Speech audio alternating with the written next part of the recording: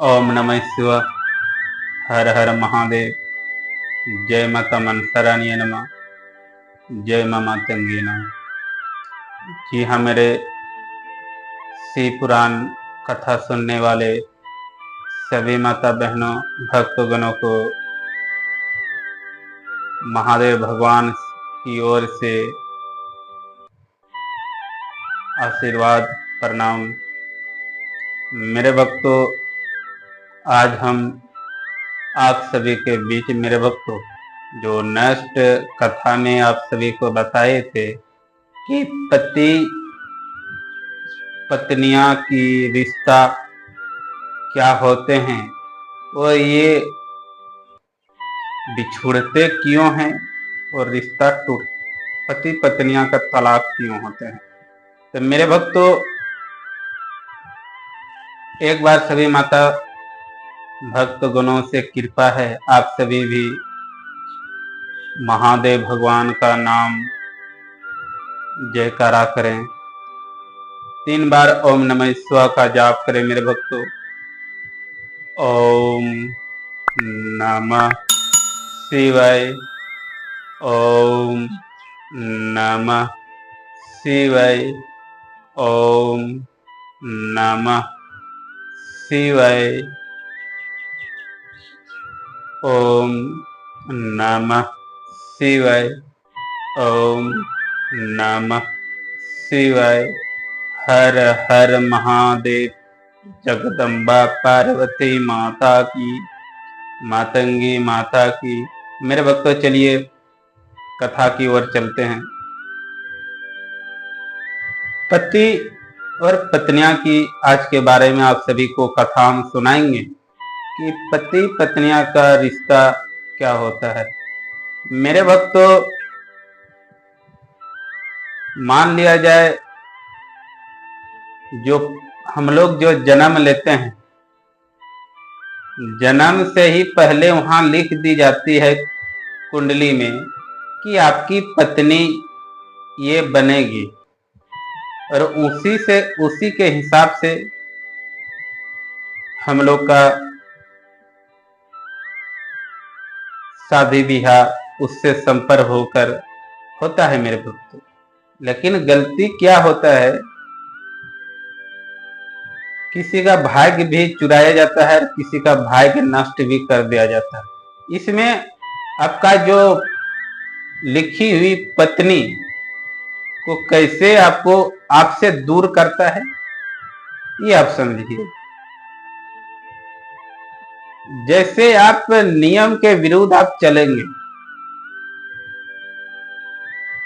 नियम के विरुद्ध आप चलेंगे तो आपके जो आपका नसीब में तकदीर में लिखा हुआ धर्म पत्नी जो आपके भाग्य में है, जो ईश्वर ने आपको भाग्य में लिख दिया है, ये आपका धर्म पत्नी बनेगी और उस नियम का पालन आप नहीं करेंगे तो आपका पराई लड़की के साथ शादी ब्याह हो जाते हैं। शादी ब्याह तो जो आपका नसीब और लिखी हुई विधान के साथ नहीं है, उस लड़की से आपका शादी ब्याह होते हैं तो मेरे भक्तों कुछ ही पल आपका चलता है जीवन। किसी किसी का आप देखते होंगे अभी भी किसी का तलाक हो जाता है।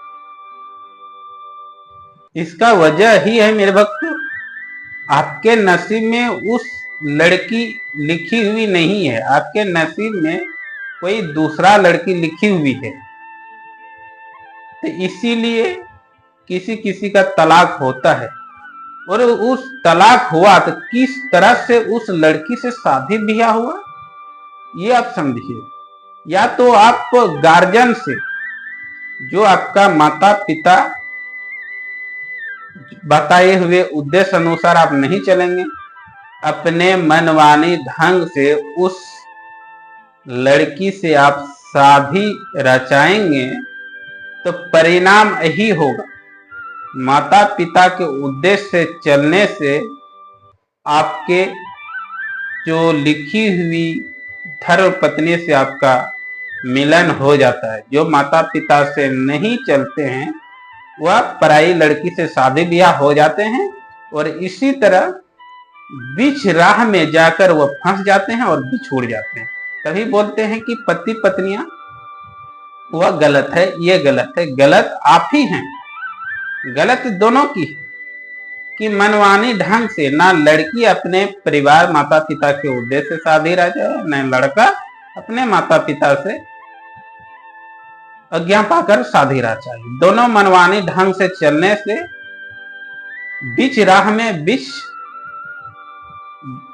सफर में विनाश और तलाक होता है मेरे भक्तों। जिस तरह मेरे भक्तों कोई इंसान, कोई मान लीजिए कोई कार चलाता है, ड्राइविंग करता है, उस मालिक ने उसको बताया कि सावधानी पूर्वक आप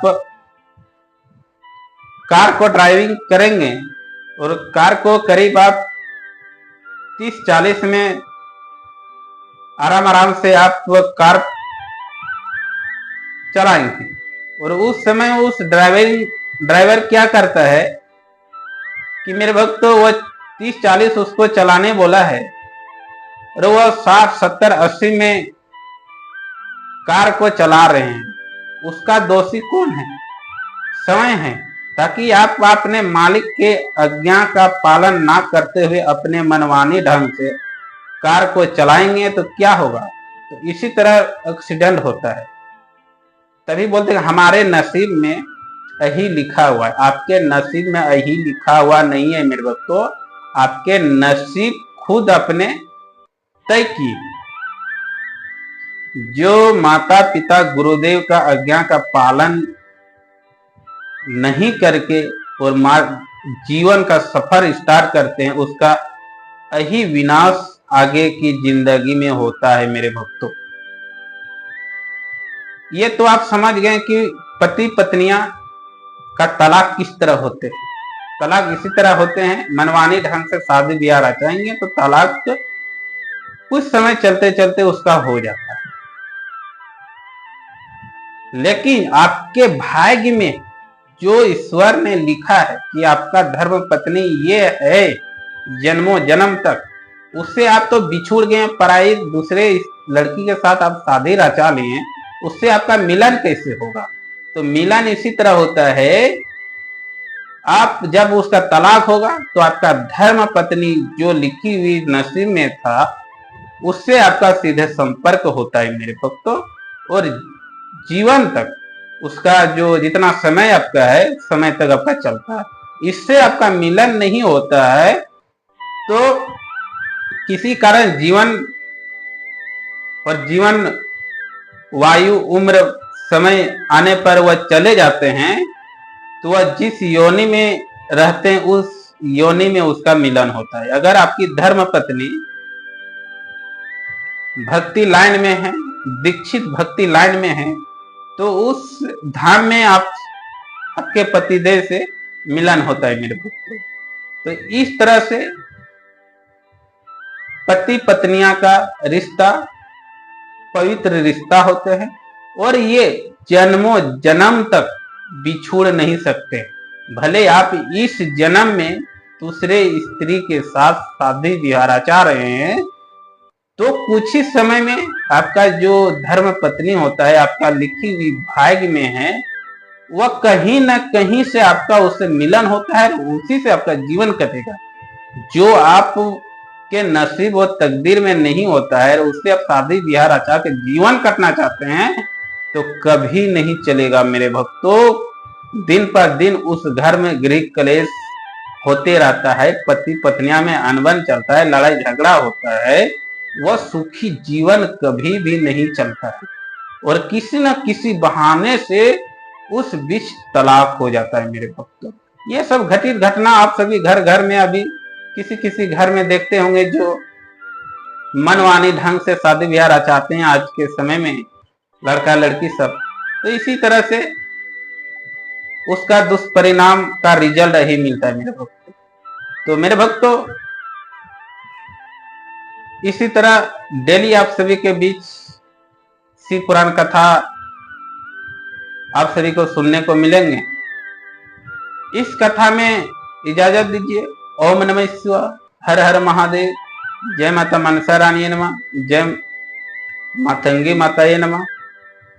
फिर मिलते हैं नेक्स्ट प्रोग्राम में।